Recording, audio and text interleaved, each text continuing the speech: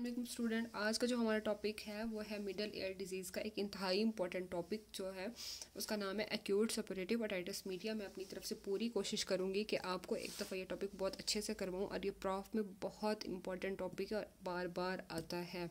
तो स्टार्ट करते हैं अपनी वीडियो। तो सबसे पहले जो है हमारा जो स्नैरियो होता है पेपर में, तो मैं कोशिश करवाऊँगी आपको जो है डायग्नोस्टिक पॉइंट से स्टार्ट करवाऊँ ताकि आपको स्नैरियो पिक करने में बहुत आसानी हो। तो स्टार्ट करते हैं अपनी वीडियो। अब बेटा सबसे पहले जो है एक पेशेंट आएगा एक्यूट सपोरेटिव ओटाइटिस मीडिया का। जो पेशेंट है आपने एक बात माइंड में रखनी है, इसमें चाइल्ड आएगा और उसको बहुत ज़्यादा फीवर हुआ होगा।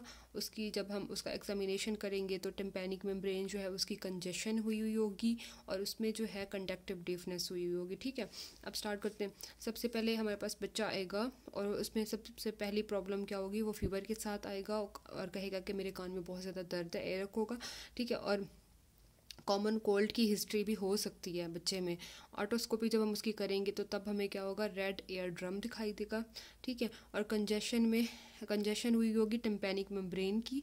और कौन सी डेफनेस होगी पेशेंट में, कंडक्टिव डेफनेस होगी और वेबर लेटरलाइजेशन होगी टू डेफ हेयर। ठीक है, अब ये जो है सारे स्टेरियो पिकिंग पॉइंट्स हो गए इसके।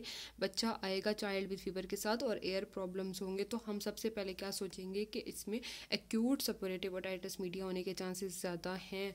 ठीक है, अब इसको डिफ़ाइन करते हैं कि है होती क्या, बीमारी क्या है और किस वजह से होती है, कौन सी स्टेजेस हैं, क्या ट्रीटमेंट है, तो इंशाल्लाह सारा हम कवर करेंगे।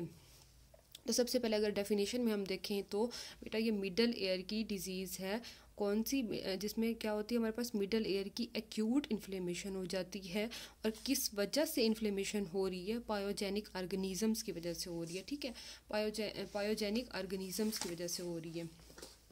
अब जो है पायोजेनिक ऑर्गेनिजम्स कौन से बैक्टीरिया हैं जो कि पस प्रोड्यूसिंग होते हैं, वो इन्फ्लेमेशन करवा रहे होते हैं मिडल एयर की।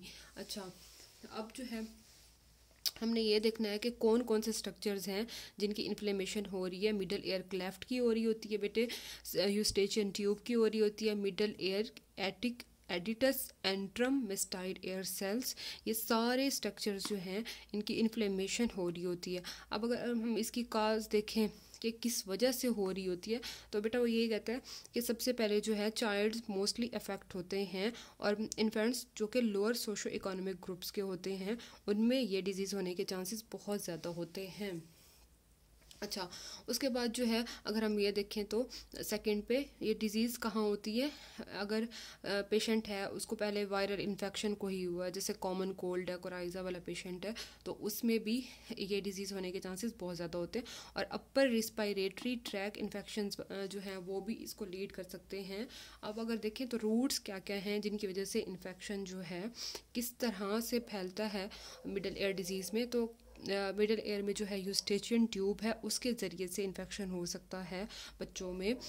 ब्लड से हो सकता है, या अगर परफोरेशन हो रही है टिम्पैनिक मेम्ब्रेन की तब भी हो सकता है। वो कहता है यूस्टेचियन ट्यूब जो है वो चिल्ड्रन में क्या होती है, शॉर्टर होती है, वाइडर होती है और मोर हॉरिजेंटल होती है, जिसकी वजह से इसमें चिल्ड्रन में एक्यूट सपोरेटिव ओटाइटिस मीडिया होने के चांसेस बहुत ज़्यादा होते हैं।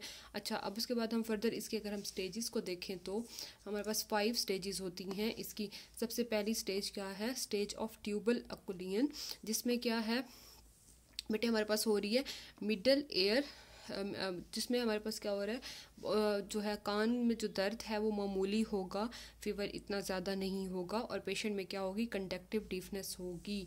तो हमारे पास जो पेशेंट आएगा वो उसमें माइल्ड एयरक होगा, उसकी टिम्पैनिक मेम्ब्रेन की रिट्रैक्शन हुई होगी। अच्छा, टिम्पैनिक मेम्ब्रेन की फोकस एक मिनट में देख लेती हूँ। अच्छा, कंडक्टिव डेफनेस हुई होगी उसको।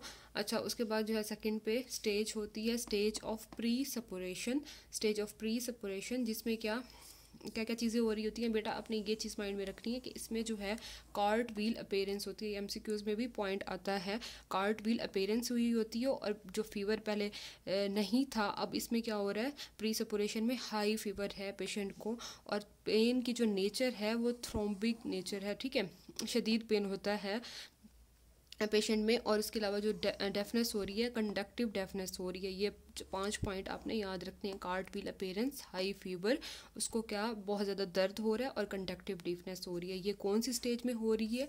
Stage of pre suppuration. अच्छा, उसके बाद जो है थर्ड स्टेज हम अगर देखें तो स्टेज ऑफ सपोरेशन है। ठीक है, अब स्टेज ऑफ सपोरेशन में क्या हो रहा है? पहले थ्रॉबिंग अगर पेन था, अब पेशेंट जो है उसमें पेन मज़ीद ज़्यादा हो गया है। और वो कौन सा पेशेंट किस नेचर का है? वो है एक्सक्रूशिएटिंग पेन है। और फीवर जो है पहले हाई था, अब हाई ग्रेड, अब बहुत ज़्यादा हाई हो गया, 102 से 103 फ़ारेनहाइट पे। ठीक है, अब कंडक्टिव डिफनेस भी उसमें हुई है। और जो है हमारे पास टिम्पैनिक मेम्ब्रेन में पे जो है येलोइश स्पॉट बनना शुरू हो जाएगा। ये कौन सी स्टेज पे? स्टेज ऑफ सपोरेशन पे। अब जो है बेटे अगर हम देखें तो स्टेज ऑफ रेजोल्यूशन स्टेज आ जाती है, वो 4th स्टेज है। अब इस पे क्या क्या चेंजेस आ रही हैं पेशेंट में?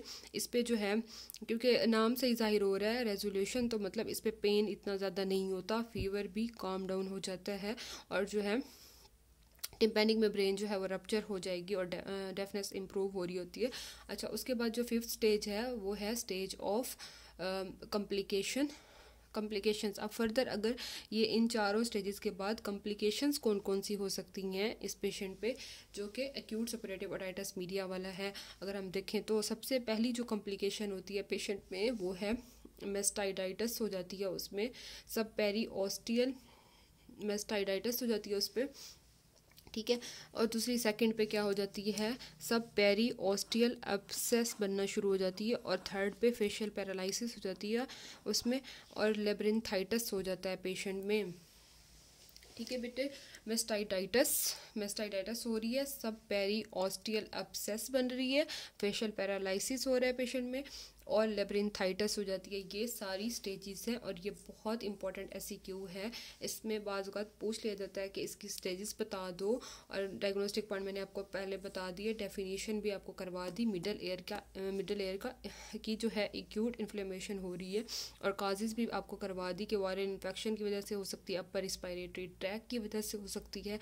मोस्ट कॉमन कहाँ पे होती है? चाइल्ड्स पे और इन्फेंट्स में।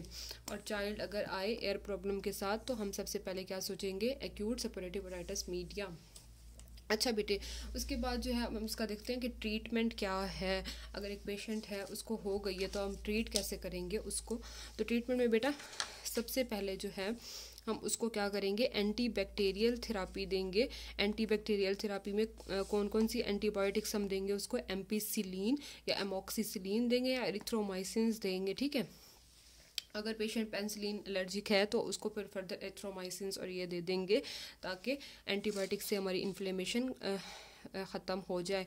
अब उसके बाद सेकंड पे हम उसको क्या देंगे? उसको नेज़ल ड्रॉप्स देंगे। अगर पेशेंट में हमने कहा कि कॉमन कोल्ड या राइनोरिया का है, तो अगर उसकी हिस्ट्री है तो हम उसके नेज़ल उसको कम करने के लिए उसको क्या देंगे? डीकंजेस्टेंट्स या नेज़ल ड्रॉप्स, वो जिसमें कौन कौन से? एफेड्रिन। ठीक है, अब उसके बाद जो है थर्ड पे हम क्या करेंगे? ओरली नेज़ल डीकंजेस्टेंट्स भी उसको दे देंगे।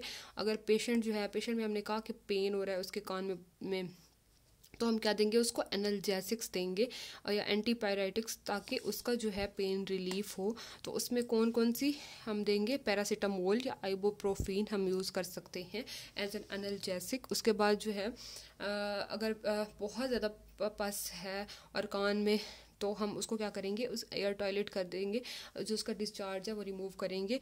और अगर पेन है तो उसको रिलीव करने के लिए हम थोड़ा सा लोकली हीट भी दे सकते हैं। अगर ये सारी चीज़ें फिर भी इफ़ेक्टिव ना हो, तो देन लास्ट हम क्या सर्जिकल प्रोसेस करते हैं, जिसको हम कहते हैं ब्रिंगोटमी, जिसमें हम क्या करते हैं? इंसिजन लगा के हम पस को इवैक्यूएट कर देते हैं, और पेशेंट का जो पेन है वो रिलीफ हो जाता है। अच्छे बेटे, अब हम जो है, मैं आपको एक दफ़ा बुक से नहीं, पास्ट पेपर से एक दफ़ा आपको सिनेरियो रीड करवा देती हूँ, ताकि जो है आपको सिनेरियो पिक करने में आसानी हो। अच्छा ठीक है, तो सबसे पहले सिनेरियो पढ़ते हैं हम। ये वाला पढ़ लेते हैं। ठीक है, अच्छा, an 8-year-old boy got an attack of acute coryza. After 2 years, he started having fever, pain and deafness in his left ear. अब 8 साल का बच्चा आया है, किसके साथ आया है? Acute coryza. ये हिस्ट्री हो गई। ठीक है, हमने बेटा जो डायग्नोस्टिक पॉइंट में हमने देखा था कि कि आएगा, इसके साथ कॉमन कोल्ड की हिस्ट्री होगी या इस तरह से। अब जो है उसको क्या पेन भी है, फीवर भी है और डीफनेस भी है। फीवर की हिस्ट्री भी आ गई, कोराइजा की भी आ गई और बच्चा एन 8 ईयर ओल्ड बॉय है, तो ये तीनों चीज़ें पूरी हो रही हैं। अब एग्जामिनेशन जब हम करेंगे तो tympanic membrane is badly congested and bulging. हमने डायग्नोस्टिक पॉइंट में ये भी कहा था कि टिम्पैनिक मेम्ब्रेन जो है वो कंजेस्टेड हो रही है और बल्जिंग है, ठीक है। अब वो कहता है Weber test is lateralized towards the left ear, temperature is 103 degree है, मतलब हाई ग्रेड फीवर के साथ आया है, बच्चा आया है, पेन है उसको, उसका डिफनेस भी है। तो ये सारी चीज़ें क्या, तो हमारा डायग्नोसिस बनेगा एक्यूट सपोरेटिव ओटाइटिस मीडिया, ठीक है। उसने फिर आगे फर्दर ट्रीटमेंट पूछा हुआ है, वो मैंने आपको पहले बता दिया है। स्टेजेस भी पूछी हुई हैं आपको, वो भी मैंने करवा दी हैं। और इसके अलावा जो है ये तकरीबन पूछा हुआ है उसने। तो आई होप कि आपको वीडियो अच्छी लगी होगी। अगर आपको अच्छी लगी हो तो इसको लाइक करें, सब्सक्राइब करें और ज़्यादा से ज़्यादा फ्रेंड्स से शेयर करें। इंशाल्लाह मैं बाकी भी वीडियोस अपलोड करूँगी। इसके बाद हमारा मोस्टली एयर कवर होने वाला है, देन फिर हम नोज़ करेंगे, फिर हम फेरिंग्स और थ्रॉट इस तरफ जाएंगे। Thank you so much.